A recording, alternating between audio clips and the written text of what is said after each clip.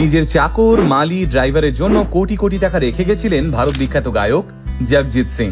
ভদ্রলোকের মৃত্যুর পর তার রেখে যাওয়া উইল খুলে রীতিমতো চমকে উঠেছিলেন তার আত্মীয় স্বজনেরা।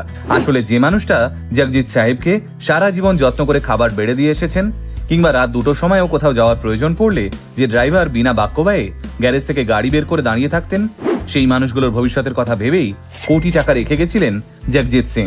জগজিৎ সাহেব আসলে এমনই ছিলেন। কখনো কুষ্ঠরোগীদের চিকিৎসা করাবেন বলে আস্ত একটা গানের অ্যালবাম বানিয়ে ফেলতেন, কখনো আবার অসহায় মানুষদের সাহায্যের জন্য কনসার্টের আয়োজন করে টাকা তুলতেন। তাই আসুন আলটিমেট মোটিভেশনের আজকে নতুন ভিডিওতে আমরা শুনে নিই ভারত বিখ্যাত গজল গায়ক জগজিৎ সিং এর অজানা গল্প। একটা কথা অস্বীকার করে লাভ নেই, আমাদের দেশের বেশিরভাগ মানুষই সেলিব্রিটিদের গাড়ি বাড়ি, তাদের ঝাঁ চকচকে জীবন কিংবা তাদের পোশাক আশাক নিয়ে মেতে থাকে। আমরা যদি সেলিব্রিটিদের বাহ্যিক জীবন নিয়ে মেতে না থাকতাম তাহলে হয়তো জানতে পারতাম জগজিৎ সিং কতটা খোলা মনের একজন মানুষ ছিলেন। শুনলে অবাক হবেন, একবার আমেরিকার পোর্টল্যান্ড শহরে গজলের অনুষ্ঠান করছিলেন জগজিৎ সিং। হল কানায় কানায় ভর্তি, মুগ্ধ হয়ে তার গজল শুনছেন দর্শকেরা। অনুষ্ঠান শেষের পর নিজের গ্রিন রুমে বসে আছেন তিনি। এই সময় তার কাছে উপস্থিত হন একজন সম্পূর্ণ অচেনা মানুষ। ভদ্রলোকের পোশাক আশাক দেখে জগজিৎ সাহেব সহজে অনুমান করে ফেলেন যে মানুষটি ভীষণই গরিব। জগজিৎ সাহেবকে সামনে পেয়ে সেই মানুষটি কাঁদো কাঁদো গলায় জানালেন টাকার অভাবে ছেলে বউয়ের মুখে তিনি দুবেলা দুমুঠো খাবার তুলে দিতে পারছেন না। এই কথাটি শোনার সঙ্গে সঙ্গে ওই কনসার্ট থেকে পাওয়া পারিশ্রমিকের অর্ধেকটা সেই অসহায় মানুষটির হাতে তুলে দিয়েছিলেন জগজিৎ সিং। হ্যাঁ, এমনটাই ছিলেন আমাদের গজল সম্রাট। দুস্থ মানুষদের সাহায্যের জন্য সবসময় এগিয়ে যেতেন তিনি। বলাই বাহুল্য, ভারতবর্ষের ইতিহাসে গজলকে সম্পূর্ণ অন্য উচ্চতায় নিয়ে গিয়েছিলেন জগজিৎ সাহেব। আর তাই আজও জগজিৎ সিং এর গান অনুপ্রাণিত করে চলেছে নতুন গায়কদের। এই গানের জগতে থাকতে থাকতেই জগজিৎ সিং এর প্রেম শুরু হয় চিত্রা সিং এর সঙ্গে। কিন্তু সমস্যা একটাই, সেই সময় চিত্রা সিং ছিলেন বিবাহিত এবং একটি কন্যা সন্তানের মা। তবে বিবাহিত জীবনে এক ফোঁটাও সুখী ছিলেন না চিত্রা দেবী। জগজিৎ সিং সমাজের তোয়াক্কা করলেন না। একদিন নির্ভয়ে তিনি সরাসরি চিত্রা দেবীর স্বামীকে গিয়ে বললেন, আমি আপনার স্ত্রীকে বিয়ে করতে চাই।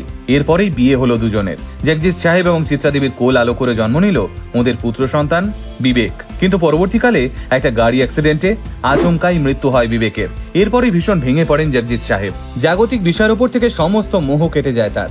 সালটা তখন 1990। ছেলে বিবেকের শোক কাটতে না কাটতেই 2009 সালে চিত্রা সিং এর প্রথম পক্ষের মেয়ে আত্মহননের পথ বেছে নেন। পরপর 2 সন্তানকে হারানোর এত বড় মানসিক চাপ সহ্য করতে পারেননি জগজিৎ সিং। তাই তার 2 বছর পরেই মৃত্যু হয় জগজিৎ সাহেবের। শোনা যায় মুম্বাইয়ের একটা নামী হলে পারফর্ম করার সময় ব্রেন হ্যামোরেজ হয় গজল কিং এর। সঙ্গে সঙ্গে থেকে নিয়ে যাওয়া হয় লীলাবতী হাসপাতালে। ওই হাসপাতালেই মৃত্যুর কোলে ঢলে পড়েন তিনি। তবে জগজিৎ সিং এর মৃত্যুর পরেই জানা যায় তিনি তার কাছের মানুষগুলোর ব্যাপারে কতটা ভাবতেন। এক অনন্য মনের অধিকারী ছিলেন জগজিৎ সাহেব। শুধুমাত্র নিজের বাড়ির লোকজনই না, নিজের মালি, চাকর, এমনকি ড্রাইভারের নামেও সম্পত্তির কিছু কিছু অংশ লিখে রেখে যান জগজিৎ সাহেব। হ্যাঁ, জগজিৎ সিং এমনই উদার ছিলেন। বিভিন্ন সময় বিনা পয়সায় কনসার্ট করে তিনি টাকা তুলেছেন অসহায় মানুষদের সাহায্য করার জন্য।